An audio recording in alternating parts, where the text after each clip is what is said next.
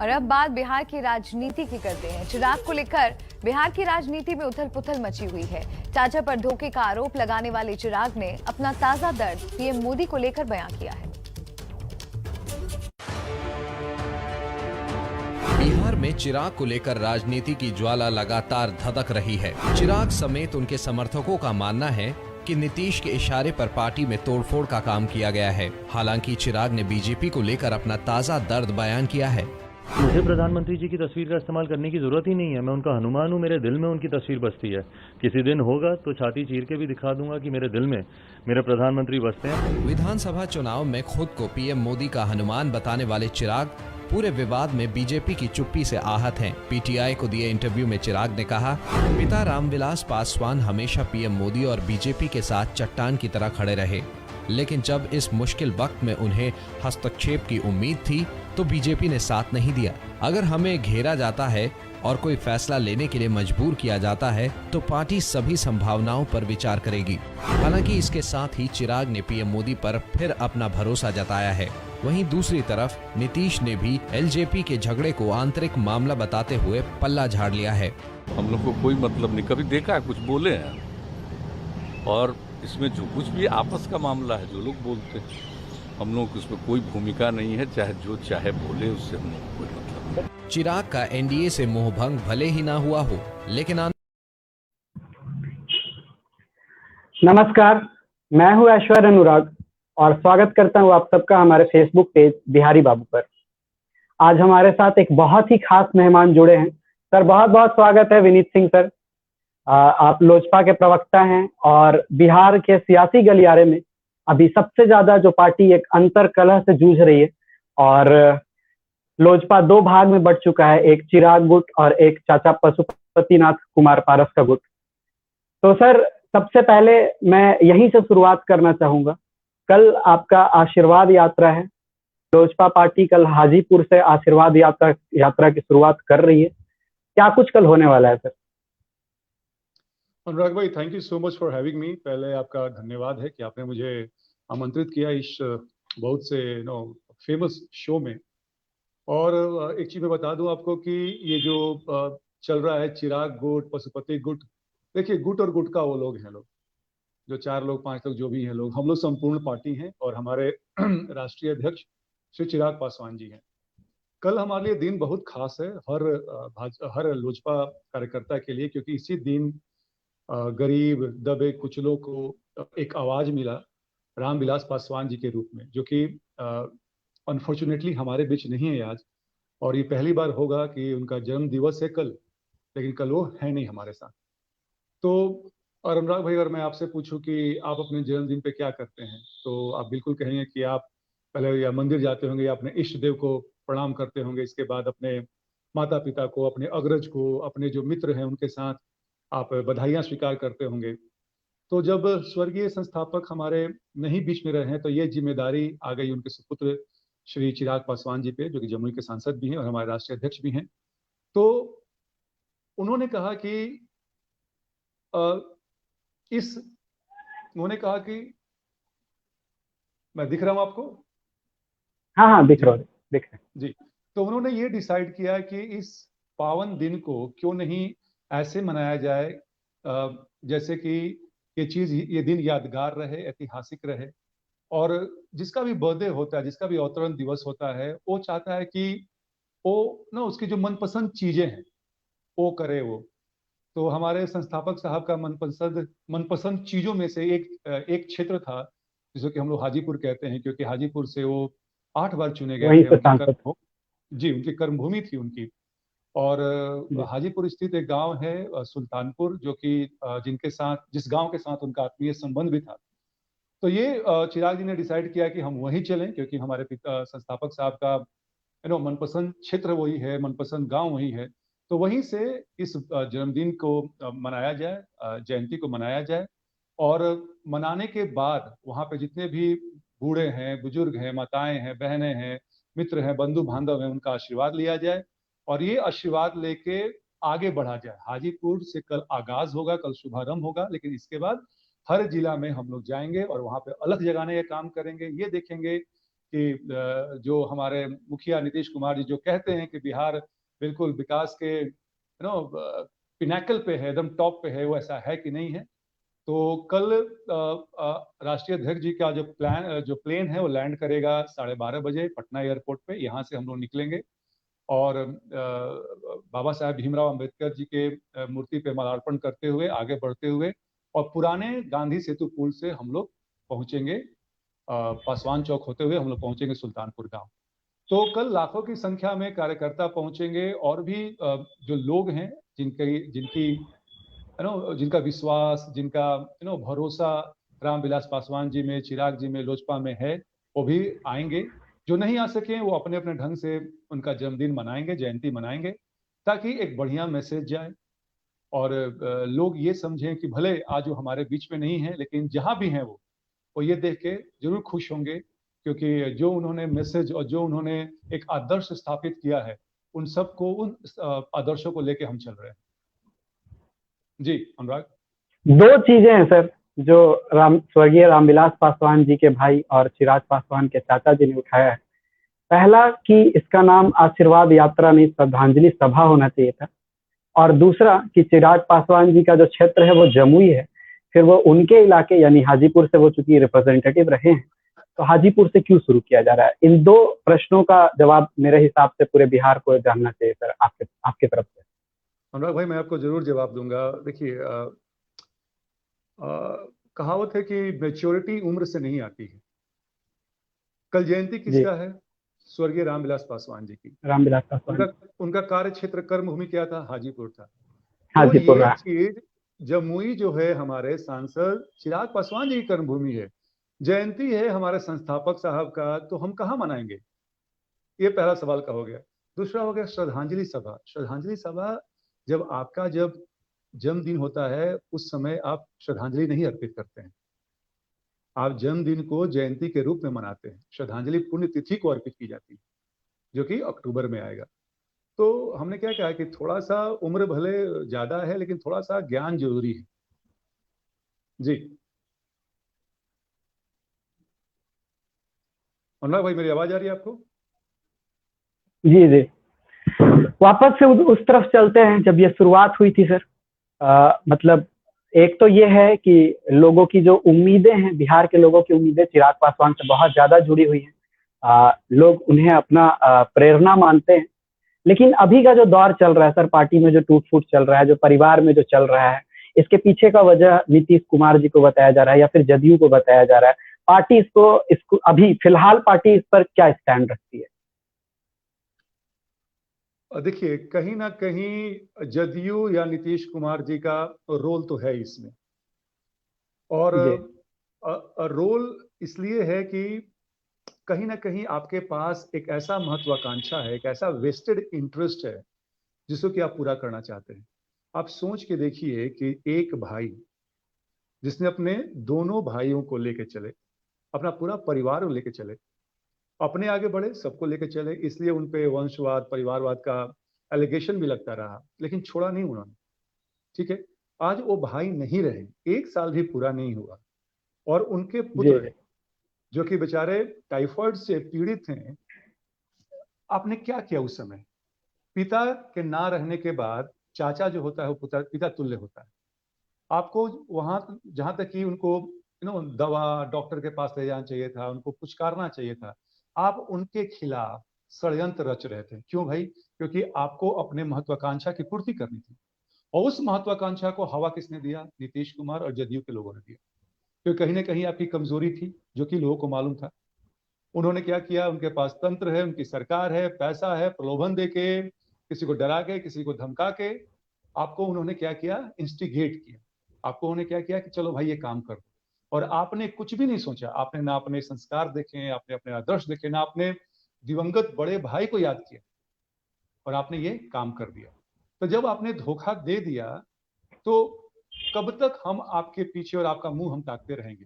देखिए, प्रेम जो होता है ना, बिना डर के नहीं होता है। रामचरितमानस में तुलसीदास लिखते हैं, बिना भय होई ना प्रीति, बिना डर के प्रेम नहीं होता है। तो जब आपके अंदर कोई डर ही नहीं है कि मेरे भाई, मेरा समाज, मेरा भतीजा क्या कहेगा मेरे बारे में, और आप बिल्कुल अपना केवल इंटरेस्ट स्वार्थ साधने के लिए आप एक ऐसे कुछ जो ऐसे लोगों के साथ मिल गए हैं जिनका ना कुछ अपना ना कोई आइडियोलॉजी है, ना कुछ संस्कार है, और आपने अपने नो पुत्र तुल्य जो भतीजा है आपने उसको धोखा दिया। तो अब पशुपति पारस जी बिल्कुल अलग हैं, वो हमारे जेहन में नहीं है। अभी जो है चिराग पासवान जी, देखिएगा अब इलेक्शन कमीशन का वर्डिक्ट आने वाला है, जिसके अनुसार ये लोजपा पार्टी, ये बंगला जो चुनाव चिन्ह है, ये चिराग पासवान जी की हैं। हम लोग धरा पे उतरेंगे और मजबूती से काम करेंगे, और वो तो देखेंगे ही पशुपति पारस जी। इसके अलावा ये जो जदयू के जो लोग हैं, जो सरकार हैं, जो कि इनऑर्गेनिक ग्रोथ करना चाहते हैं, तोड़ फोड़ की जो राजनीति करते हैं, बिहार की स्थिति क्या आपको मालूम है? स्वास्थ्य में, शिक्षा में, टूरिज्म, आप नाम ले लीजिए। अभी नीति आयोग का रिपोर्ट आया था, आप जान के, अनुराग भाई आप पढ़े लिखे हैं, आपको मालूम है कि बिहार बिल्कुल लास्ट पायदान पे था, सबसे नीचे, सबसे नीचे, सबसे नीचे। 17 साल चल रहा है सर, हमारे पास ढंग के ना अस्पताल हैं, आप कॉलेजों का, मैं प्रोफेसर हूं, मैं जानता हूं पटना यूनिवर्सिटी में कॉलेजों का जो खास्ता हाल है। लेकिन सर नीतीश कुमार जी का तो अलायंस एनडीए के साथ है। जिस बीजेपी के साथ आप खड़े हैं वो बीजेपी की नीति है, वो जो नीतीश की नीति वो बीजेपी की नीति। देखिए अंग्रेजी में एक कहावत है, लुक्स आर डिसेप्टिव, जो दिखता है वो एक्चुअली होता नहीं है। हमको आपको लगता है कि एनडीए के अलायंस हैं और जो नीतीश जी कह रहे हैं वो बीजेपी की नीति है। मैं आपको बता दूं अनुराग भाई, नीतीश जी जो ये काम कर रहे हैं, हमारा एक विधायक थे पहले, उनको उन्होंने तोड़ा, रालोसपा को तोड़ के मिलाया, अब कांग्रेस पर नजर है। ये एक्चुअली टारगेट बीजेपी को कर रहे हैं। ये लॉन्ग शॉट हम बता रहे हैं आपको, इनका 43 सीट और बीजेपी का 74 सीट। ये चाह रहे हैं नहीं, अभी तो जदयू तीसरी नंबर की पार्टी है जी, तो हम वही कह रहे हैं कि ये जदयू अभी तीसरी नंबर की पार्टी है। हम वही कह रहे हैं कि ये तोड़फोड़ करके ये चाहते हैं कि बीजेपी के समकक्ष हम खड़े हो जाए। अगर मान लीजिए उन्हें कांग्रेस को 13 नेता को तोड़ लिया, 13 विधायक को तोड़ लिया, 43 इधर हो गया, 13 इधर है, कितना हो गया आपका? 56 हो गया। तो कहीं ना कहीं बीजेपी के बराबर आएंगे। तो फिर बीजेपी जो अभी बड़े भाई के किरदार में है, वो शायद वो नहीं कर पाए। तो नीतीश जी का एक्चुअल जो टारगेट है वो बीजेपी है। और जब मैं और आप समझ सकते हैं, तो बीजेपी जो थिंक टैंक है वो हमसे 10 कदम आगे सोचती है, जरूर समझती है। तो ये बिल्कुल कहना बिल्कुल गलत होगा कि नीतीश कुमार की जो नीति है वो बीजेपी की नीति है। मैं ये नहीं मानता हूँ अनुराग भाई। तो सरकार में सहभागिता होना और नीति में सहभागिता होना दो अलग अलग चीजें हैं आपके अनुसार? बिल्कुल बिल्कुल। आप अगर अचानक नीति दर्पण पढ़ते हैं तो हाथी के दांत दिखाने के और खाने के और होते हैं जी। कई बार हमने देखा सर, अगर पिछले 6-7 महीने के घटनाक्रम पर नजर डालें तो विधानसभा चुनाव में ही चिराग पासवान ने अपना रास्ता अलग कर लिया था, तो तब से ही निश्चित तौर पर ये जदयू के टारगेट पर रहे होंगे। अभी हाल फिलहाल में हम लोगों ने देखा जमुई में कुछ सर पोस्टर्स लगाए गए थे, चिराग पासवान नजर नहीं आ रहे हैं, कोरोना काल में पता नहीं कहाँ गायब हो गए हैं। मैं जानना चाहता हूँ क्या ये सच में वहां की जनता लगा रखी थी या फिर सोची समझी ये एक षड्यंत्र का हिस्सा था? क्योंकि चीजें अचानक नहीं होती सर। ऐसा नहीं कि 2 दिन पहले पशुपतिनाथ पारस सोचे होंगे और पार्टी टूट गई और सब कुछ अचानक से निर्वाचन सब हो गया। प्लानिंग काफी लंबे टाइम से चलता है, काफी लोग होते हैं जो कंधे पर हाथ रखते हैं, उसके बाद इतनी मजबूत पार्टी को और इतने मजबूत संगठन को तोड़ा जा सकता है। तो मैं आपके मुखारबिंद से जानना चाहता हूँ कि जदयू के अलावा और कौन कौन से घटक चीजें हैं जो इसके पीछे रिस्पॉन्सिबल है? अनुराग भाई, आपने अपने सवाल का जवाब खुद से दे दिया और बिल्कुल आप बैंग ऑन टारगेट थे। पहले ये हम लोग जान लें कि जो ये पोस्टर लगे थे कि चिराग पासवान जी लापता है, नदारद हैं, उसके पीछे की कहानी क्या है? आप ये बताइए कि नीतीश कुमार जी इस सूबे के मुखिया हैं। हम I am not doing a comparison analysis, comparative analysis हम बताएंगे, फिर आपको हम चिराग जी पे आते हैं। नीतीश जी मात्र 2 बार, वो भी 20-20 मिनट के लिए पटना में निकले थे कोरोना के समय में, जब भी कोरोना का प्रोटोकॉल और गाइडलाइन बिल्कुल फुल फ्लो में था। ठीक है, चिराग जी किसी भी नेता को आपने जाने का वहां पे अधिकार नहीं दिया था। आपने एक सर्कुलर निकाल के कोई भी नेता, कोई भी मंत्री लोगों के बीच नहीं जाएगा, जो कि ठीक भी है क्योंकि भीड़ हो जाती है। चिराग जी उसके बावजूद भी दिल्ली से बैठ के रेगुलर बेसिस पे अपने जमुई के डीएम से, चाहे जो भी उनके संसदीय 4 विधानसभा क्षेत्र आते हैं उसमें रेगुलर टच में थे। इसके अलावा जो उनके सांसद प्रतिनिधि थे, उनके थ्रू कोई किसी भी व्यक्ति को परेशानी है, उन्होंने एम्बुलेंस दिया, 2 एम्बुलेंस की सुविधा उपलब्ध कराई। जो वहां पे जो ऑक्सीजन जो प्लांट लग रहा है उसके लिए चिट्ठी किसने लिखा? चिराग पासवान जी ने लिखा, जो कि बाद में माननीय प्रधानमंत्री के द्वारा स्वीकृत हुआ। इसके अलावा 17 लाख रुपए के और आवंटन हुआ ताकि आप सैनिटाइजर, मास्क खरीद सके। तो वहां से जो भी पॉसिबल था कोरोना प्रोटोकॉल फॉलो करते हुए रेगुलर बेसिस पे, क्योंकि मैं उस मीटिंग के बारे में हालांकि उसमें लाइव नहीं रहता था, पार्टिसिपेट नहीं करता था, लेकिन मैं जानता था क्योंकि मैं लोजपा में हूं, तो ग्रुप में ये सब चीजें शेयर होती थी, क्या न्यूज़पेपर में शेयर होती थी। तो रेगुलर बेसिस पे इसके बाद से थोड़ा सा काल चक्र घुमा और हमारे चिराग पासवान जी थोड़ा सा टाइफाइड से पीड़ित हो गए। इसके बावजूद भी उन्होंने काम करना बंद नहीं किया। आप ये बता दीजिए कौन सरकार के कौन से मंत्री, कौन से विधायक किस क्षेत्र में अपने क्षेत्र में गए और उन्होंने क्या काम किया? हमारे पास पूरा उनका लेखा जोखा रिपोर्ट है। कोई हिला तक नहीं था। जब उनके मुख्यमंत्री साहब, जब उनके मुखिया नहीं हिले थे, तो ये कैसे हिलेंगे? पहली बात। और दूसरी बात आते हैं कि क्या ये सुनियोजित षड्यंत्र था? ये क्या पहले से चल रहा था? आपने बिल्कुल सही कहा, Rome was not built in a day. ये चीजें हमारे राष्ट्रीय अध्यक्ष जी भी कहते हैं कि जब रामविलास पासवान जी के रहते हुए जब उनको राष्ट्रीय अध्यक्ष बनाया गया था, हालांकि पशुपति पारस जी ही प्रस्तावक थे, लेकिन उसके बाद से उन्होंने थोड़ा सा कन्नी काटना चालू किया। देखिए, महत्वाकांक्षा हर इंसान के अंदर होता है।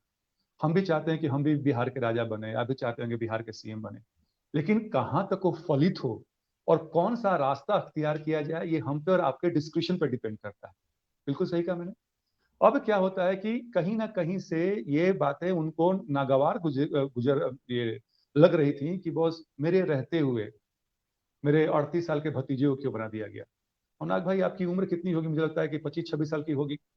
आजकल का समय 26 साल का, आजकल का समय आप देख ले, विश्व में 45 साल 46 साल के उम्र के लोग फ्रांस के प्रेसिडेंट है, ठीक है, तो बिल्कुल। इसके अलावा कॉर्पोरेट वर्ल्ड की हम बात कर लें तो 30 साल 35 साल में लोग सीईओ बन जाते हैं। आजकल यंग जनरेशन इतना तेज है, उसका क्रिटिकल एनालिसिस है, उसका बात करने का तरीका है, उसको चीजों को एक एनालिटिकल व्यू से देखने का तरीका है, जो कि कहीं ना कहीं मैंने क्या कहा कि उम्र के साथ मैच्योरिटी नहीं आती है। तो हमारे स्वर्गीय संस्थापक ने वो चीज नहीं देखा होगा उनके अंदर में। तो ये कहने के लिए कि मेरे पुत्र को बना दिया गया, मेरे भतीजे को बना दिया गया, ये कहना बिल्कुल गलत है, क्योंकि अगर आप डिजर्व करेंगे तभी आप बनेंगे। तो ये चीजें वहीं से उन्हें कन्नी काटना चालू किया। उसके बाद आपके इन्वायरमेंट में ऐसे ऐसे लोग होते हैं जो कि आपको झूठ मूठ का उकसाते रहते हैं। भले आपके पास कुछ चीजें हो ना हो, लेकिन आपको हवा देते रहते हैं कि बस आप ही बन सकते हैं, आपके साथ गलत हुआ है। लेकिन मैच्योर आदमी क्या करता है, वो चीजों को एक comparative analysis, pros and cons देखता है कि बहुत जो ये बात है क्या सही है, या जो मेरा जो कोई भी प्लान ऑफ एक्शन होगा, क्या वो मेरे पार्टी के लिए, समाज के लिए, या जो मेरे जो समर्थक हैं उनके बीच कैसा मैसेज लेके जाएगा। तो ये हम और आप सोचते हैं, पशुपति पारस जी वो नहीं सोच पाए। और उनके साथ जो उनके कोटरी के जो लोग थे, जो उनकी जो चंडाल चौकड़ी थे, उनके भी लोग ऐसे ही लोग हैं। उन्होंने हवा दे दिया, आप चीजों को समझे नहीं, और आपने क्या किया, एक बहुत बड़ा गलत कदम उठाया। इसका मैं एक आपको उदाहरण दे दूं, महबूब अली कैसर साहब गए थे वहां पे खगड़िया में, परसों की बात बता रहे हैं आपको। वहां पे उनके संसदीय क्षेत्र में उनके लोगों वोटरों ने उनको काला झंडा दिखाया है, और ये बस पहला शुरुआत है। ये आप जहां जाइएगा वहां तिरस्कृत होइएगा, आपका वहां बहिष्कार होगा, क्योंकि आपने काम ही गलत किया है। गद्दारी कहीं भी माननीय नहीं हो सकता है। गद्दार कभी भी आदरणीय नहीं हो सकते, चाहे यहाँ हो चाहे कहीं भी हो। जी अनुराग भाई, चिराग पासवान जी का दुख हम लोग काफी लंबे टाइम से इधर भी देख रहे हैं। इधर के कुछ दिनों में उन्होंने सोचा नहीं था कि उनके पिता समान चाचा ऐसा कुछ कर जाएंगे अचानक से, और बैकग्राउंड में क्या चीजें चलती। एक और चीज हम लोगों ने नोटिस किया, प्रिंस जी को लेकर भी चिराग पासवान काफी दुखी थे, क्योंकि वो छोटे भाई को काफी, मतलब जैसा वो बता रहे थे, हमने कई इंटरव्यूज में देखा। तो मतलब प्रिंस जी का भी कैसा अप्रोच है और क्या कुछ कहेंगे आप? देखिए, कभी जैसे कि प्रिंस जी के जो स्वर्गीय पिताजी थे रामचंद्र पासवान जी, उनके जाने के बाद या उनके रहते हुए भी चिराग पासवान जी ने एक बड़े भाई का रोल बड़ा बखूबी निभाया, और बड़े भाई के साथ पिता का भी रोल उन्होंने निभाया। स्कूल में कभी पेरेंट टीचर मीटिंग में जाना होता हो, वहाँ वो गए। इसके बाद कॉलेज में कहीं कुछ डायरेक्शन देना हो, वहाँ गए। जब प्रिंस राज जी अपने राजनीतिक जीवन की शुरुआत कर रहे थे समस्तीपुर से, पूरी ताकत झोंक दी थी चिराग पासवान जी ने उनको जिताने के लिए। तो जब आप इतना करते हैं, प्लस जिसके साथ आपका बचपन गुजरा हो, जिसके साथ आप खेलते हैं कूदते हैं बड़े होते हैं, उस भाई के साथ आदमी ना ग्रांटेड लेके चलता है कि बॉस कुछ भी हो जाए, in thick and thin this guy is going to stick, ये मेरे साथ रहेंगे। और अगर हम बीमार पड़े हुए हैं, मेरा शरीर कमजोर है, मेरा मन कमजोर है, और उस सिचुएशन में अगर मेरा भाई जिसको हम मतलब जान से ज्यादा चाहें, जो मेरा लखते जिगर है, अगर वो भाई अगर अपनी महत्वाकांक्षा पूरा करने के लिए अगर कुछ लोगों का साथ दे और ऐसे षड्यंत्र रच के पीठ में छुरा घोंप के चला जाए, तो कितना आहत होंगे वो। मैं तो सोचता हूं कि क्या बीतता होगा चिराग पासवान जी पे कि जब पिता का साया नहीं है, चाचा ने ये काम कर दिया, चचेरे भाई ने ये काम कर दिया, बस केवल एक माँ है।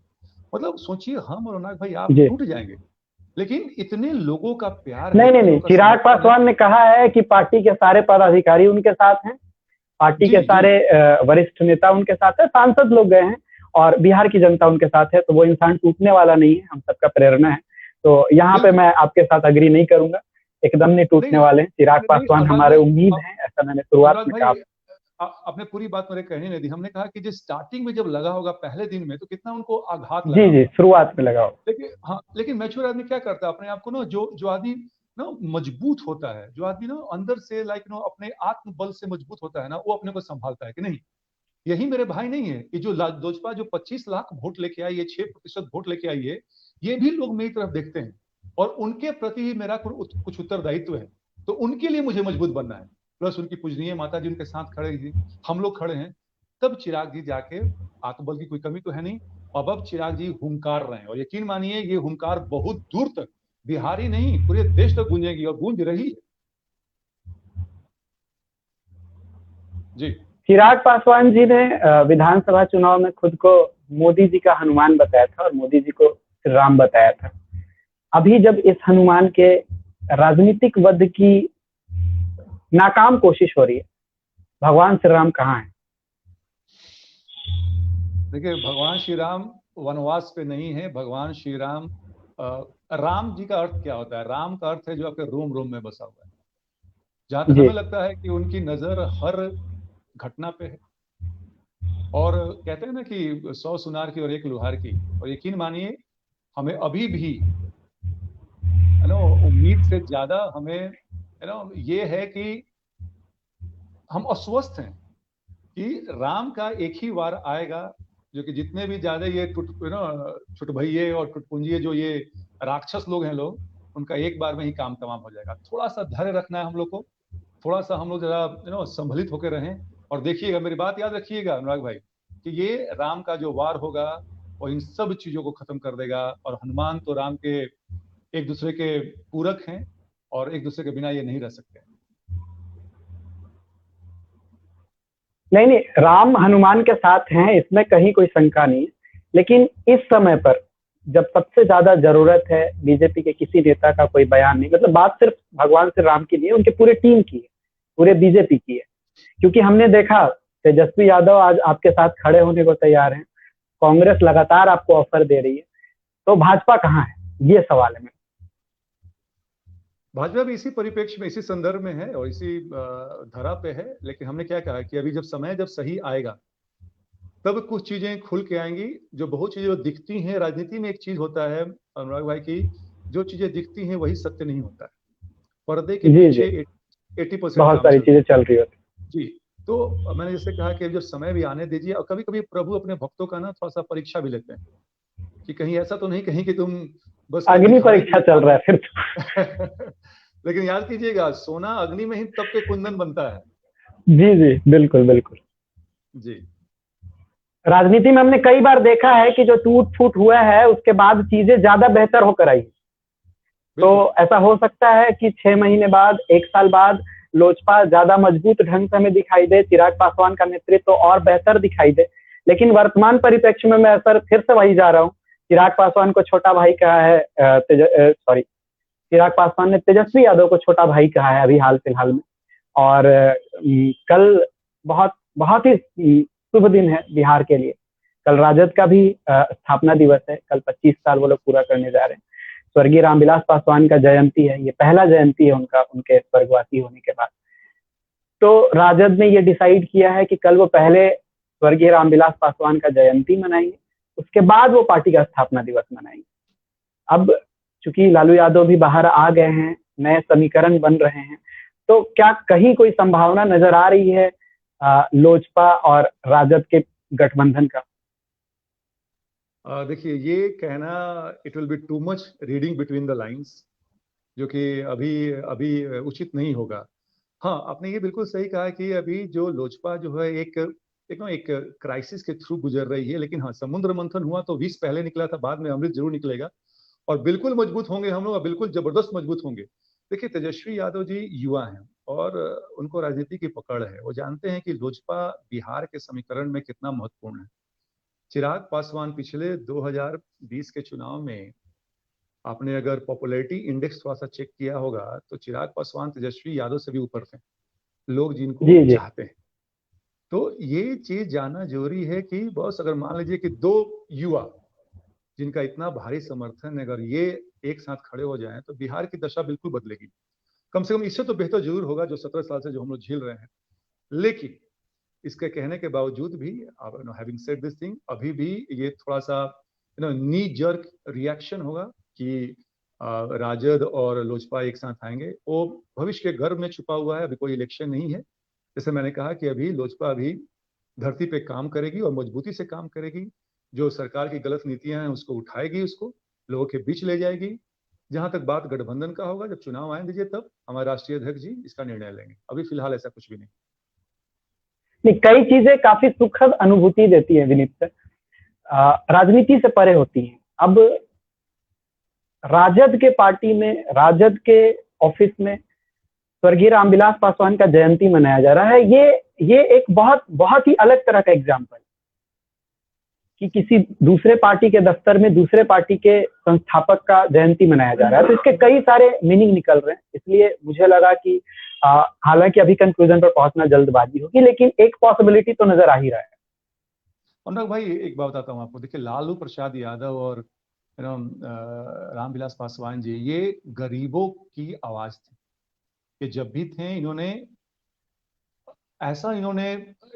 अपने स्वभाव से, अपने कर्मों से ऐसा कुछ काम किया कि जितने भी ये दबे कुचले लोग जो है, जो अनप्रिविलेज लोग हैं, वो थोड़ा सा मुखर हो, वो थोड़ा सा सतह से ऊपर आए। तो अगर आइडियोलॉजी की हम बात करें, और लालू जी और रामविलास पासवान जी समकक्ष थे, उन्होंने साथ ही बहुत काम किया। तो अगर आप ये आइडियोलॉजी की बात करें दोनों पार्टी की, तो दोनों पार्टी की आइडियोलॉजी मोर और लेस सेम है। किसकी बात करें, ना धर्म ना जात, करे सबकी बात। ये हमारा है, उनका भी ऐसा ही कुछ है। तो अगर एक पार्टी दूसरे पार्टी के संस्थापक का ये जयंती मनाती है तो ये बहुत इनकरेजिंग बात है। इनफैक्ट ऐसे नेताओं का राजनीतिक दल ही क्यों नहीं सामाजिक संगठन, क्यों नहीं हम और आप मनाएं? क्योंकि ये आइडियोलॉजी है कि अगर नीचे के लोग नहीं ऊपर आए, अंत्योदय से सर्वोदय की जो बात हो रही है, जब तक वो नहीं होगा तब तक हमारा बिहार खास करके ऐसे ही पिछड़ा का पिछड़ा ही रहेगा और देश का भी वही हाल होगा। तो ये आइडियोलॉजी दोनों सिमिलर है। ऐसा नहीं कि कोई एकदम बिल्कुल लेफ्ट है, कोई बिल्कुल राइट है। दोनों पार्टी की, राजद की और लोजपा की आइडियोलॉजी कहीं ना कहीं समानांतर रूप से चलती है। इसीलिए रामविलास पासवान जी में उनका अपना आदर्श दिखता है, इसलिए वो मनाने जा रहे हैं कल। बिहार के पिछड़ेपन की बात की आपने सर, मेरे दिमाग में भी अचानक से आया। चिराग पासवान जी का ये सबसे इम्पोर्टेंट डॉक्यूमेंट है और वो उसी लक्ष्य के पीछे काम कर रहे हैं। आपकी पूरी पार्टी इसके लिए काम कर रही है, फर्स्ट बिहार फर्स्ट बिहारी। ये क्या है सर, पूरा डिटेल में बताइए, क्योंकि आप जिस पेज पर अभी हैं, पूरे बिहार से 1.5 लाख लोग हमारे साथ जुड़े हुए हैं और यूथ बहुत ज्यादा है। ये फर्स्ट बिहारी और फर्स्ट बिहार फर्स्ट बिहारी क्या है? Anurag ji, I am glad you asked me this question. Bihar first Bihari first एक विजन डॉक्यूमेंट है। देखिए, मैं मैनेजमेंट का प्रोफेसर हूं, तो अगर मार्केटिंग सब्जेक्ट में अगर आपने थोड़ा सा पढ़ा होगा, आईकॉम, बीकॉम या बीबीए, एमबीए में, तो एक विजन डॉक्यूमेंट होता है। विजन होता है, मिशन होता है, गोल एंड ऑब्जेक्टिव होता है। तो विजन डॉक्यूमेंट होता है जो कि लॉन्ग टर्म होता है, 5 से 7 साल तक चलता है। इसको प्रिपेयर करने के लिए आप यकीन मानिए कितनी मेहनत की गई होगी। 2 साल हर गली, हर टोले, हर कस्बा में घुमा गया बिहार के 38 जिला में। इसके बाद वहां से जो भी जानकारी मिली, जो लोगों को जो कमियां थी, जो लोग चाहते थे, जो चीज होना चाहिए था बिहार के विकास में, उस सब चीज को ना कलमबद्ध किया गया। इसमें बहुत से लोग 2 साल का समय लगा, और जब बिहार इलेक्शन आया तो चिराग पासवान जी ने ये जो विजन डॉक्यूमेंट है एनडीए में के सामने मीटिंग में रखा कि भाई इसको लेके चलिए, और इसको लेके चलने का मतलब ये है कि अगर आप इन टोटलिटी अगर उस विजन डॉक्यूमेंट को नहीं अगर आप पालन करते हैं, उन्होंने हर क्षेत्र की बात कही है, आपका उद्योग ले लीजिए, शिक्षा ले लीजिए, हेल्थ ले लीजिए, टूरिज्म ले लीजिए, you name it, and there is every sector, कि अगर आप अक्षरशः मतलब 100% भी अगर आप उसको फॉलो नहीं करना चाहते मत कीजिए, अगर 50% भी कर लेते तो बिहार की जो बहुत सी जो कमियां हैं, बिहार की जो बहुत सी खामियां हैं वो खत्म हो जाएंगी। और हमारे माननीय मुख्यमंत्री जी, जिनका अहंकार तो समझिए कि रावण को भी बीट करता है, उन्होंने उसको सिरे से नकार दिया, ताकि नहीं हम इसको बात नहीं मानते बिना देखे हुए, और अपना 7 निश्चय ले आए पार्ट 2, जो कि ये करप्शन का पूरा पुलिंदा है। आप बिहार के संदर्भ में देख रहे हैं, मंत्री लोग हाथ उठाए खड़े हो जाते हैं, ना यहाँ पे ऑक्सीजन है, ना दवाई है, बरसात में 2 दिन बारिश हो जाए तो पटना जैसा राजधानी आपका ब्लॉक हो जाता है। वो विजन डॉक्यूमेंट है, उसको लेके आया गया, लेकिन उसको नकार दिया गया। उसी विजन डॉक्यूमेंट को हम लेके एक कॉपी भेजेंगे अनुराग भाई आपको, हम पढ़िएगा, और ये जानकर जरूर जरूर सर, जरूर आपको जान, हम लोग इस पेज पे शेयर करेंगे सर, उस कॉपी को आप भेज दीजिए। बिल्कुल, और जान के खुशी हुई कितना मेहनत किया गया, लेकिन बिना देखने, एक बार आपने नजर भी आपने नहीं देखा आपने, और उसने और उन्होंने नकार दिया उस चीज को। लेकिन चिराग जी अभी भी कहते हैं कि उस विजन डॉक्यूमेंट को हमारे 2000 जो अगला चुनाव होगा उसमें भी थोड़ा सा हम जो करंट क्राइसिस होंगे, जो करंट सिचुएशन होंगे, उनको ऐड करेंगे, लेकिन वो विजन डॉक्यूमेंट कंटिन्यू होगा। और जो हम जो जो आशीर्वाद यात्रा कर रहे हैं, वो हमारा विजन डॉक्यूमेंट का एक अगला आयाम है। इसके थ्रू हम फिर से जाएंगे और फिर से बताएंगे कि देखिए हम ये लेके आए थे, पर सरकार में हमारी बात नहीं मानी, और देखिए आज नतीजा क्या है, आज भी कमियां वही। जी बहुत बढ़िया सर, बहुत बढ़िया। इस विजन पे काम किया जाना चाहिए। और अभी तो आप लोग कल ये करने जा रहे हैं, आगे क्या लग रहा है, ये पार्टी किस दिशा में जाने वाली? देखिए पार्टी अभी तो फिलहाल प्लान यही है कि ये हर जिला में हम लोग जाएं आशीर्वाद लेने के लिए लोगों से। इसके बाद अक्टूबर में हमारे संस्थापक की पहली पुण्यतिथि होगी, उस दिन से हम लोग फिर से एक बार एक यात्रा पर निकलेंगे, जो कि हम लोग पग यात्रा कह लें, ठीक है। हम लोग पैदल यात्रा जाएंगे जिला में, और वहाँ के लोगों को आशीर्वाद लिया जाएगा वहां से। पार्टी आने वाले समय में, जैसे मैंने कहा कि पार्टी हमारे जैसे लोग, जो थोड़ा 35 साल 40 साल की उम्र के लोग हैं, युवाओं को ज्यादा तरजीह दिया जा रहा है, क्योंकि आज का युवा हर तरह से अवेयर है।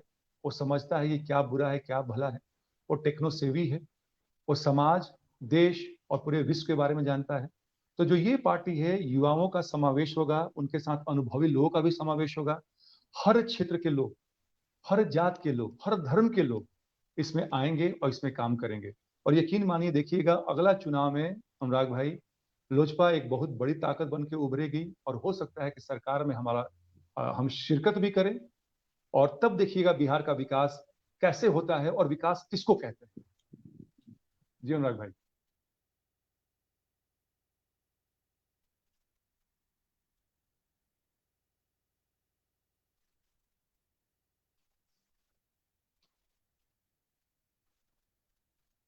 और खबर है कि चिराग बिहार में संघर्ष यात्रा की शुरुआत करेंगे। सूत्रों के मुताबिक 5 जुलाई से चिराग अपनी यात्रा की शुरुआत कर सकते हैं। 5 जुलाई रामविलास पासवान की जन्मतिथि है। ये यात्रा हाजीपुर से शुरू हो सकती है, जहां से सांसद उनके चाचा पशुपति पारस हैं। लगातार पार्टी में विवाद गहराता जा रहा है, और हालांकि चाचा ने बात में ये भी कहा कि चिराग चाहे तो पार्टी में रहे, लेकिन चिराग पासवान अपनी तरफ से दावा कर रहे हैं कि उनके साथ जो पार्टी है वो पार्टी सही है, और चाचा का जो दावा है वो गलत है। और आज चिराग पासवान ने राष्ट्रीय कार्यकारिणी की बैठक भी बुलाई है, और इस पर बात करने के लिए हमारे साथ हमारे सहयोगी प्रशांत जुड़ गए हैं। प्रशांत, ताजा अपडेट क्या है? आज राष्ट्रीय कार्यकारिणी की बैठक चिराग पासवान ने बुलाई है, चाचा लगातार विरोध में बयान दे रहे हैं, और वो कह रहे हैं कि उनको कोई हक ही नहीं है।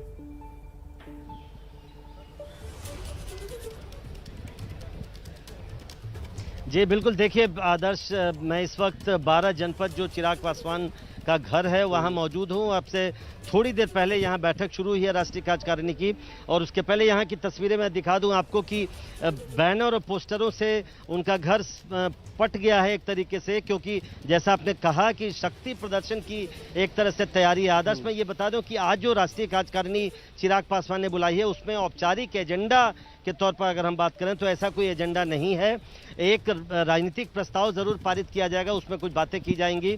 संभवतः जेडीयू पर हमला भी किया जाएगा कि जिस तरीके से पार्टी आरोप लगा रही है कि जेडीयू ने साजिश रची है पार्टी को तोड़ने की, तो वो सब बातें की जाएंगी, लेकिन कोई औपचारिक एजेंडा नहीं है। लिहाजा आप समझ सकते हैं कि एक शक्ति प्रदर्शन है। चूंकि दोनों ही पक्ष, अब चुनाव आयोग जा चुका है और चुनाव आयोग जाहिर तौर पर दोनों ही पक्षों से सबूत मांगेगा कि आखिर ये दोनों पक्ष कह रहा है कि हम असली एलजेपी हम ही हैं, तो आखिर वो असली एलजेपी कौन है उसके लिए सबूत चाहिए होगा, और इसलिए इस तरह की बैठकें दोनों ही तरफ से की जा रही हैं।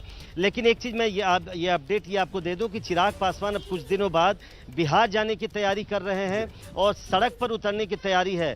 जैसा आपने बताया 5 जुलाई को रामविलास पासवान का जन्मदिन है और संभवतः उसी दिन हाजीपुर से चिराग पासवान संघर्ष यात्रा या आशीर्वाद यात्रा, दोनों में से कोई नाम पर विचार हो रहा है, संघर्ष यात्रा की शुरुआत करेंगे, पूरे बिहार का भ्रमण करेंगे। और जो एक चिराग गुट का मानना है, जो एक सिंपैथी पैदा हुई है, एक जो सहानुभूति पैदा हुई है, उसको लेकर उस लोगों के सामने जाएंगे और अपनी बात रखेंगे। तो यहाँ पर बैठक शुरू हो गई है और जब बैठक खत्म होगी तब पता चलेगा कि आखिर आज की बैठक में क्या हुआ, क्या किस तरह के प्रस्ताव पारित किए गए। ठीक है प्रशांत, आप नजर बनाकर।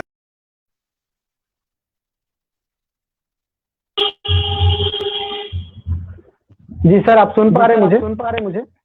हाँ अनुराग भाई, आप क्लियर हैं? बिल्कुल loud and clear, I can hear you. Okay sir, तो बहुत सही है सर। पार्टी को आप लोग एक सही डायरेक्शन में लेकर जा रहे हैं। और एक चीज हमने नोटिस भी किया है सर, चाचा जी का जो अप्रोच पहले था, आज से 8-10 दिन पहले, कल हमने देखा वो बोल रहे थे कि हाँ हमारे वाले में भी चिराग पासवान का स्वागत है, हम लोग जो जयंती मना रहे हैं उसमें आप लोग आइए। थोड़ा सा अप्रोच सर, मैं सही अगर हूँ तो मतलब थोड़ा सा वो मुझे लगता है कोई भटकाया हो, भरमाया हो, अब लगता हो कि हाँ सब कुछ अब सही हो जाना, तो इसकी भी पॉसिबिलिटी है सर। देखिए कल एक मीडिया के भाई बोल रहे थे, ये मेरा पर्सनल ऑब्जर्वेशन है सर। नहीं, मतलब भाई आपने बिल्कुल सही ऑब्जर्व किया है। कल कोई बोल रहा था हमको ये बात कि मान लीजिए कोई सुबह का भुटका शाम को घर आ जाए तो क्या घर में एंट्री होगी?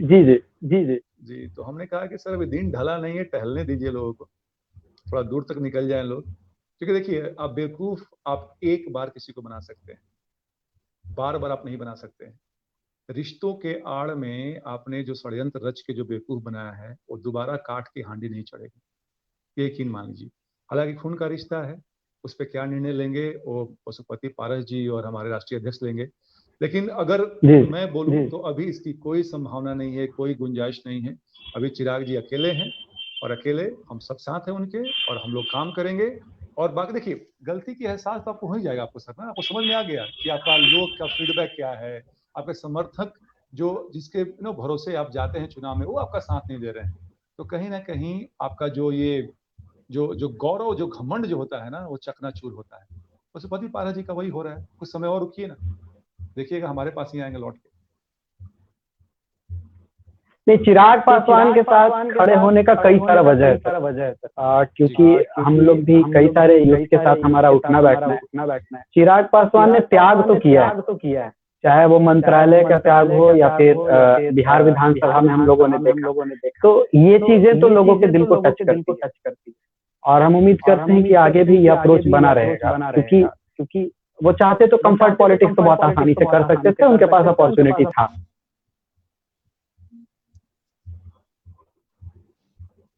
अनुराग भाई आपको मैं थोड़ा सा एक डेटा बता दूं, आप सुन के बड़ा आश्चर्य करेंगे। बिहार में 2 पार्टियां ऐसी हैं जिसको कि हम लोग जीतन राम मांझी जी की पार्टी जो है, जो जिसको आप हिंदुस्तानी अवाम मोर्चा कहते हैं, और एक मुकेश सहनी जी की पार्टी है जिसको वीआईपी पार्टी कहते हैं। मुकेश सहनी जी 11 सीट पे लड़े और उनको 4 सीट मिला।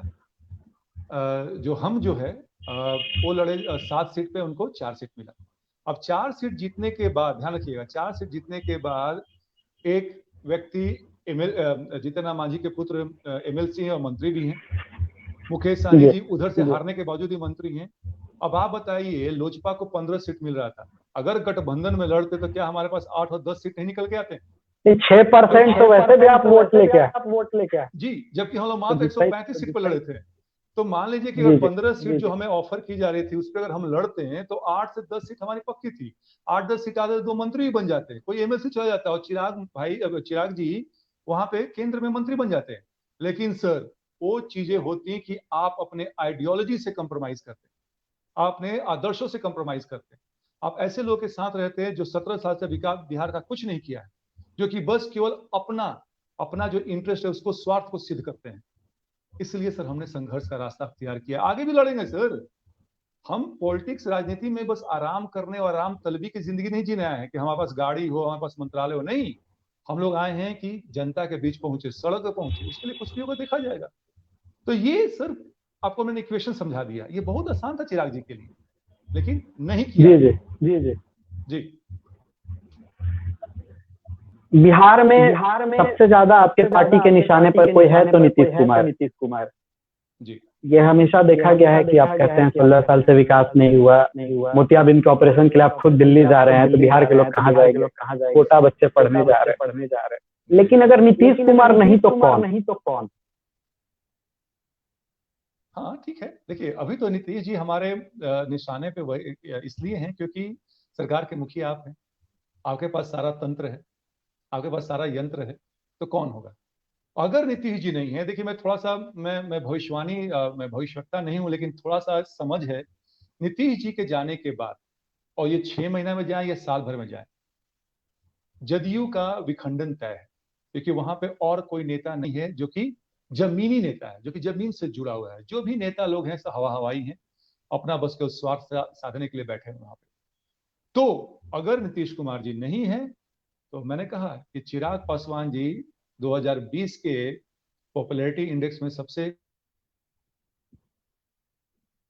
पासवान जी क्यों नहीं लोजपा, जो कि युवा भी हैं और जो कि बिहार के पास एक नया विकल्प आएगा। हमारे पास अपना विजन डॉक्यूमेंट है, उसके बिना पे उसके अनुसार काम होगा, और फिर देखिए बिहार का विकास कितना होता है। क्या हम उम्मीद कर सकते हैं कि बिहार में अब जाति बेस्ड वोटिंग ना होके डेवलपमेंट बेस्ड वोटिंग होगी? अनुराग भाई, ये कहना मुझे लगता है कि किसी के लिए भी संभव नहीं है। आप और हम अभी बात कर रहे हैं, डेवलपमेंट की बात कर रहे हैं, लेकिन देखिए ये मैं सवाल का जवाब एक पॉलिटिकल स्पोक्स पर्सन के रूप में नहीं देना चाहूंगा, लेकिन जब वोट देने की बात आती है सर, तो सबसे पहले हम अपना जाति पूछते हैं। और यही ना बिहार का पता नहीं अनुराग भाई, आप बिहार के कहीं बाहर पढ़े हैं या गए हैं, तो अगर आप पढ़े हैं कहीं पे दिल्ली में या बॉम्बे यूनिवर्सिटी में, तो आपको एहसास होगा कि बिहारी होना कितना एक जघन्य अपराध है। और जघन्य अपराध एकदम तैयार आपके कारण नहीं है, क्योंकि आपके पास ऐसे नेता हुए हैं जो कि इस महान राज्य का मजाक बना के छोड़ दिया है।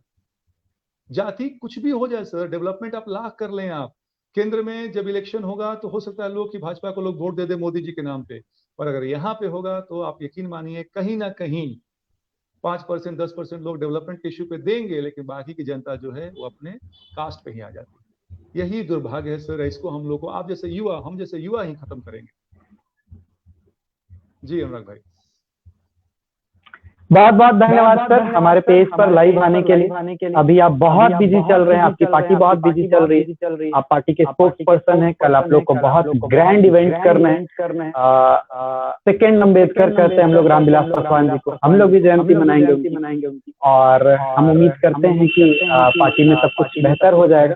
और आगे जब कभी हम आपको बुलाएं आप जरूर आएंगे हमारे। और बाकी आप बिहार के इन लोगों के साथ हमारे पेज के माध्यम से कुछ कहना चाहें तो आप कह सकते हैं। अनुराग भाई, थैंक यू सो मच, आपने मुझे बुलाया और इतना समय दिया। मैं बस देखिए मैं कोई ज्ञानी व्यक्ति नहीं हूं, बस मैं एक निवेदन करूंगा सभी भाइयों से, बिहार के जितने भी लोग हैं, कि अगर रामविलास पासवान जी ने आपको कभी भी किसी भी रूप में आपके जीवन को टच किया है, तो कल वो दिन है जब आप उनके प्रति अपना आभार व्यक्त कर सकते हैं। उनके जन्मदिन को कुछ ऐसा मनाइए ताकि जो हमारे नेता कहीं भी हों वो खुश हों। आप ऐसे लोगों के बीच जाएं, कुछ ऐसा काम करें, कुछ खाना कुछ कपड़ा ऐसा वितरण करें ताकि जो तबका जो है, जो कि प्रिविलेज नहीं है, वो कम से कम एक दिन खुश रहे, एक दिन ये समझे कि नहीं, आज जिस दिव्य पुरुष का जन्मदिन है, उसके कारण आज मेरा कुछ भला हो रहा है। अगर ऐसा आप करेंगे तो उसी में उनकी खुशी है और उनका जो आदर्श है वो फिर से जीवित होगा, फिर से जीवंत होगा। मेरा यही कहना होगा। बहुत बहुत धन्यवाद सर। जय बिहार, जय हिंद। अनुराग भाई, थैंक यू सो मच। जय बिहार, जय हिंद, जय लोजपा।